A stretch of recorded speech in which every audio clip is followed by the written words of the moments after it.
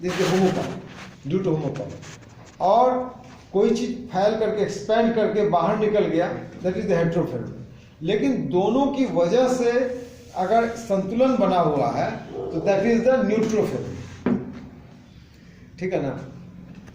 आकाश में क्या है कि जहां पर धरती का ग्रेविटेशनल पुल पावर खत्म हो जाता है तो वो जीरो लेवल पर चला गया, तो वहां पर जीरो है, ना तो चंद्रमा का ग्रेविटी काम कर रहा है ना तो धरती का ग्रेविटी वहां काम कर रहा है, यानी कि वो जीरो लेवल का वो वहां पर हो गया है ना, non gravity, that is neutro phenomenon. आप इसको न्यूट्रो फेनोमेनन भी आप कह सकते हैं, या तो वो न्यूट्रो होगा या फिर न्यूटो होगा, है ना। न्यूट्रो दोनों मिलता जुलता है, ये जो है ना न्यूट्रो और न्यूट्रो दोनों मिलता जुलता है।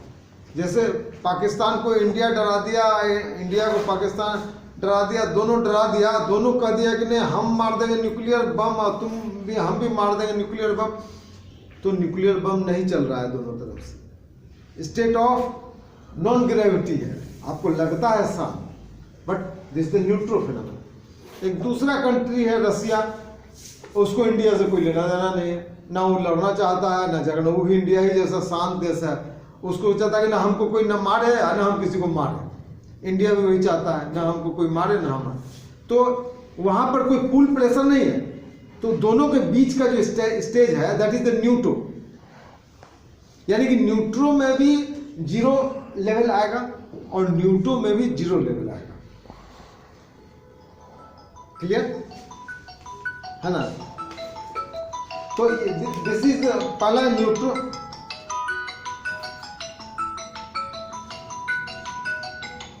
शाम में बात करेंगे, अभी क्लास चल रहा है।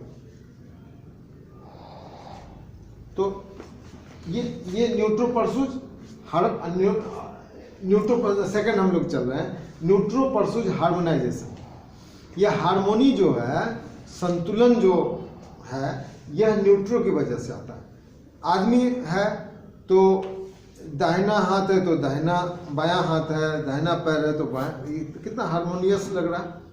एक आंख इधर है तो एक आंख इधर ही, हार्मोनी की वजह से एक आंख से भी काम चल सकता है या चलता भी है, बट होमो पावर ने उसको हेल्प करके हार्मोनी पैदा किया कि सुंदर भी तो दिखना चाहिए।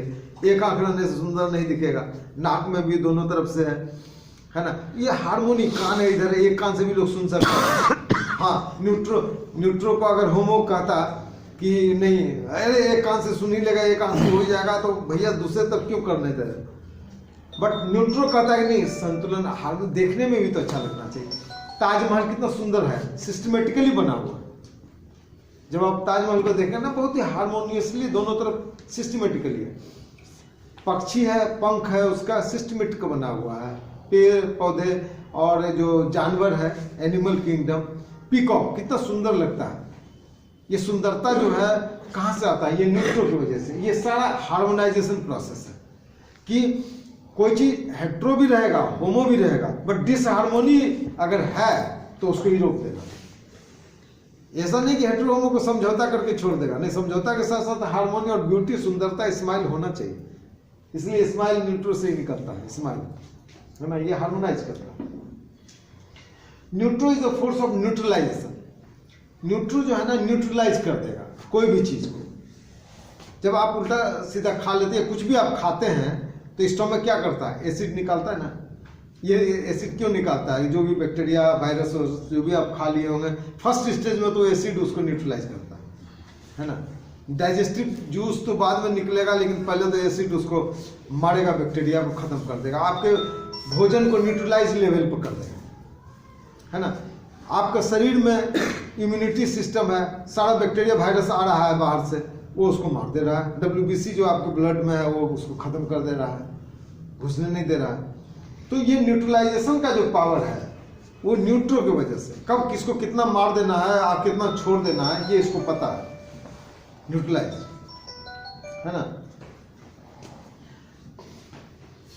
उसके बाद आप देखिए कि spontaneity, neutro is the force of spont, स्वतः काम करेगा। अगर दो आदमी झगड़ा रोड पर कर रहा हो ना, 10 आदमी निकल भी जाएंगे बगल से, 11वां आदमी आएगा, कहेगा भैया तुम क्यों झगड़ रहे हो, वो उसको रोकेगा, है ना, या बात करेगा दोनों, या सिचुएशन को नॉर्मलाइज करने का कोशिश करेगा। तो ये जो है स्पॉन्टेनी अपने आप आएगा। जितना वॉलेंट्री ऑर्गेनाइजेशंस जो पूरे इंडिया में काम कर रहे हैं वो स्पॉन्टेनिटी है, अपने से सोसाइटी रजिस्ट्रेशन एक्ट 1860 में रजिस्टर्ड कराया और काम करना शुरू कर। एनजीओ वही एनजीओ है, वॉलेंट्री ऑर्गेनाइजेशन। एनजीओ जितना है वो स्पॉन्टेनिटी, स्वतः कहीं पर फ्लड आया तो स्वतः कुछ लोग पैसा भी देने लगते हैं और काम भी करने लग जाते हैं। स्पॉन्टेनिटी है ना, स्पॉन्टेनियसली सारा चीज जो है वो काम करेगा। हार्ट पंप करता है, ब्लड को भेजा आर्टरीज में, आर्टरीज से वो चला गया ब्लड वेसल्स में, है ना, और फिर वहां तक सेल तक वो चला गया, और उसके बाद उसको रिटर्न होना है। अब उसको रिटर्न होना है कि नहीं होना है, कितना देर में है काम करने का, कितना खत्म हो गया, वहां बैठा नहीं रहना है उसको, ये काम न्यूट्रो करता है, स्पॉन्टेनियसली उसको रिटर्न बैक करता है ना। तो ये हर जगह ये स्वतः ये शक्ति जो है, हेट्रो को अगर ज्यादा है तो उसको भी रोक देगा, और होमो भी अगर ज्यादा पड़ा हुआ है तो उसको भी रोक